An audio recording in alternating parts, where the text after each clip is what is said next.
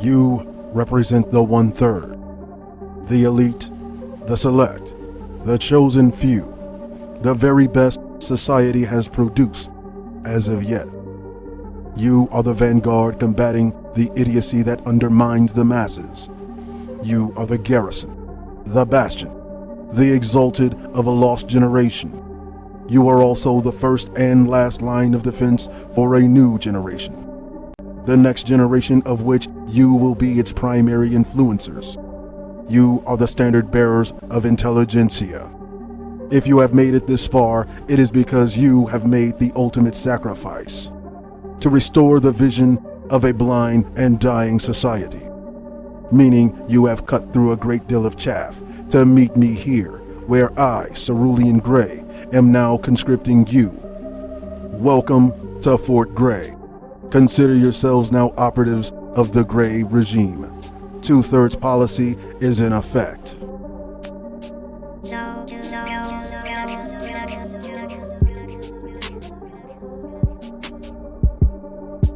Welcome to your briefing, operatives. Today we are discussing words that every man must remove from his vocabulary, effective immediately. Now that you have been conscripted into the Gray regime, you need to begin thinking like an operative. This video is specifically designed for male operatives.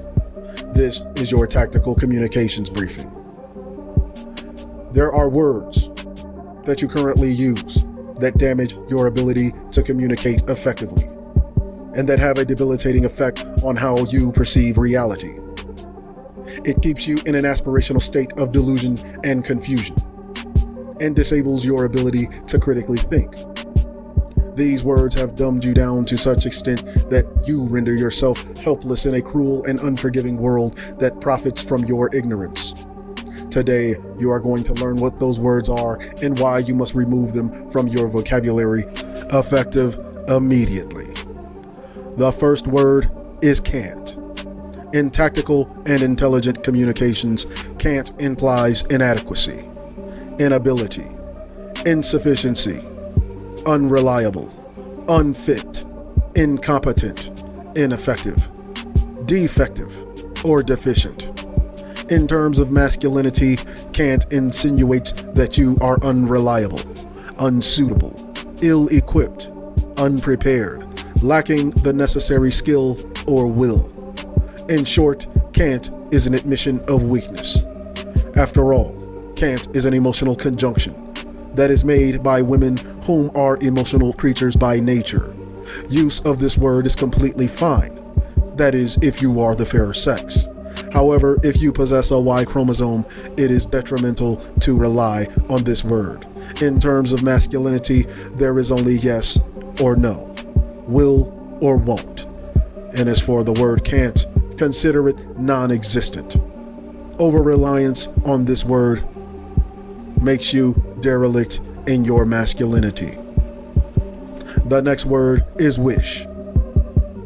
It is a requirement for men to oppose environment. To do so, there must be one simple understanding.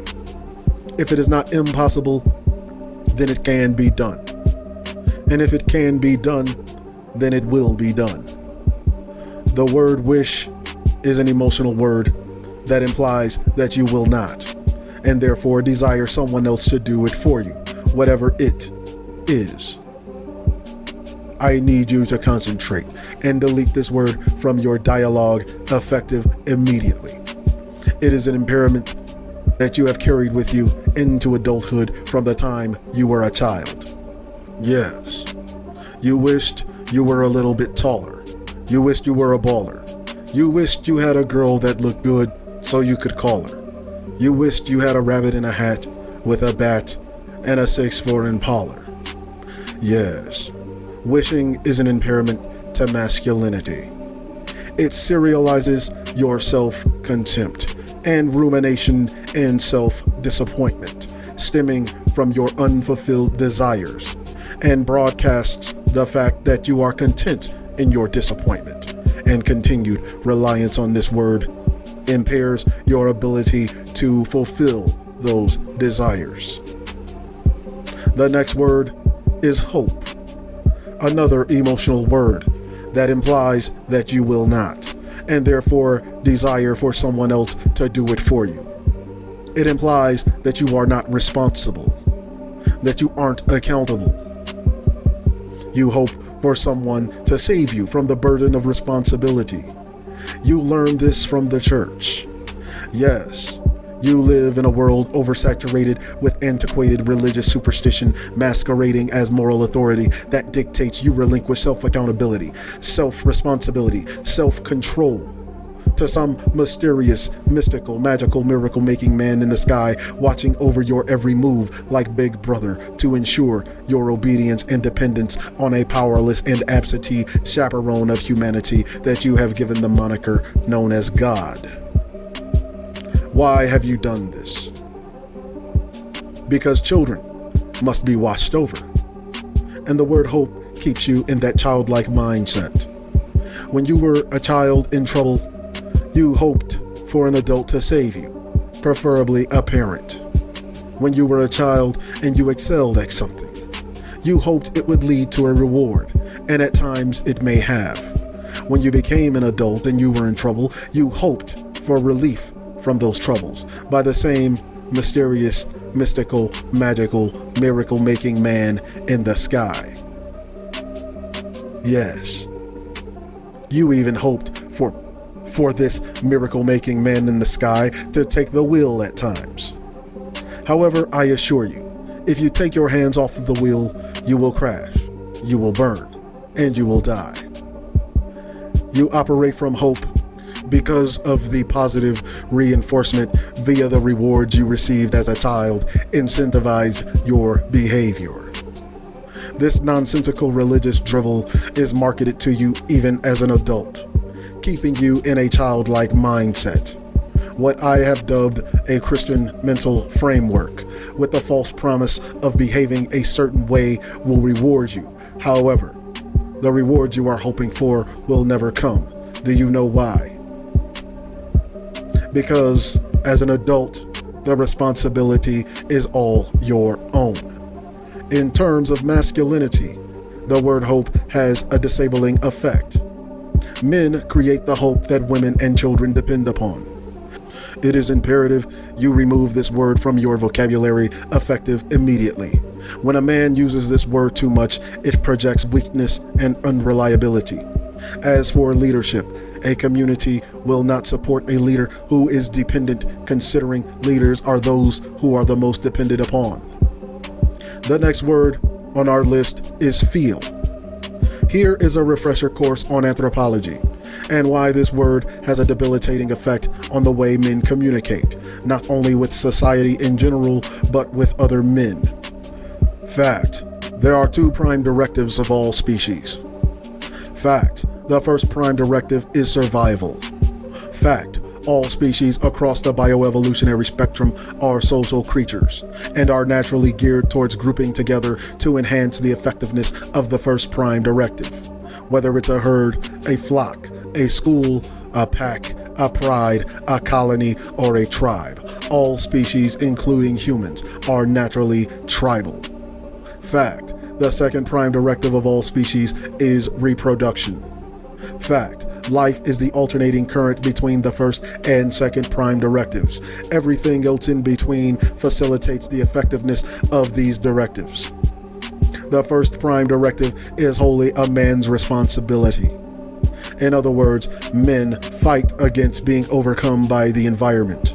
This requires men to rely more on their capabilities and abilities than their feelings. This is the core essence of masculinity. Women feel and men fight. The reason the word feel must be scrubbed from your vocabulary as a man is because over-reliance on this word displays your inability to critically think. In the field, an operative's most powerful weapon is located squarely between his shoulders. If you are a man, replace the word feel with the word think, as thinking precedes action. And the last word on our list is believe. This is a disgusting word. an atrocious word, an egregious word. This word is also an emotional word that evokes the same mysterious, external, mystical, magical, miracle-making Christian mental framework as previously aforementioned words have done. And you must also permanently delete this word from your vocabulary. Believing is to take at face value without logically sound reasoning or solid evidence. To believe is to lack knowing, to be unsure.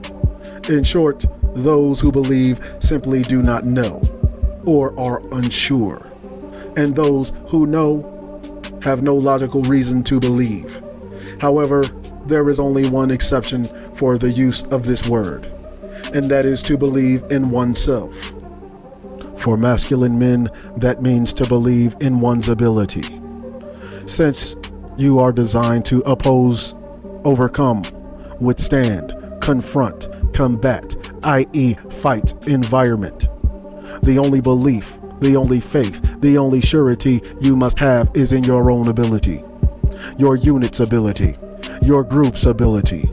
If you do not have this surety, whatever feat, whatever mission, whatever endeavor, whatever attempt you make will undoubtedly and inevitably fail and cause you to begin this magical or even defeatist thoughts. And this is especially the case if your beliefs are hinged upon external dependencies such as that mystical, magical, miracle-making man in the sky that gives you this Christian mental framework that blurs the lines between your perception and reality. You only believe when you are unsure of something. Instead of saying believe, it is logically acceptable to say you are unsure. Your perception can be encroached upon. In fact, it is being encroached upon. It is altered by repetitively being told lies over and over and over again throughout your life since the time you were a child. And a lie told 1,000 times is easier to accept than the truth told once. Strike these words from your dialogue. Delete them from your lexicon. In the gray regime, there is no such thing as can't.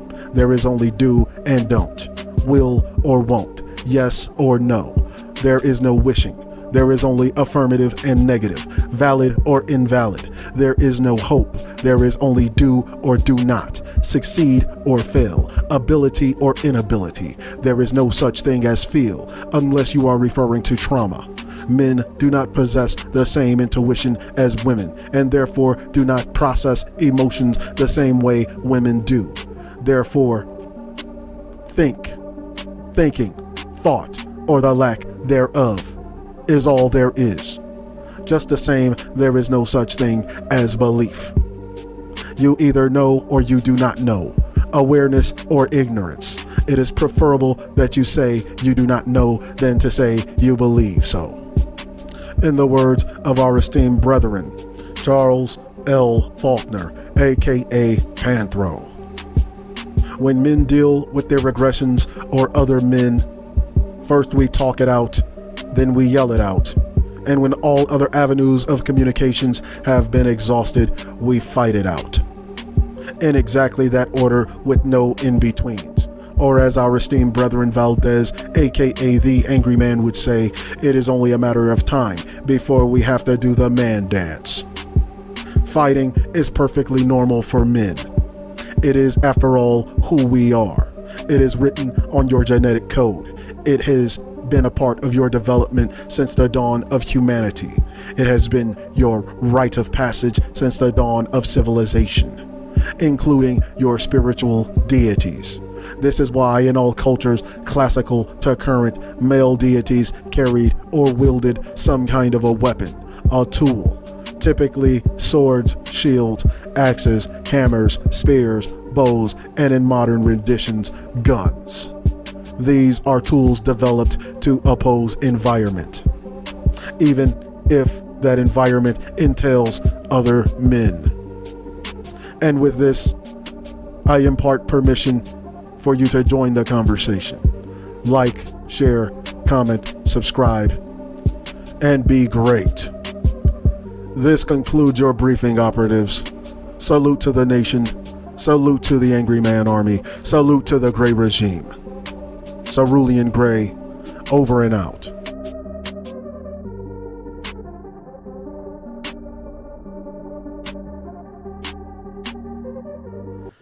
Yo, shout out to Cerulean, man. He's the one that made my lightning too. Yes, he made my lightning. He made my lightning. He made my lightning. Yes, yes. Shout out to Cerulean.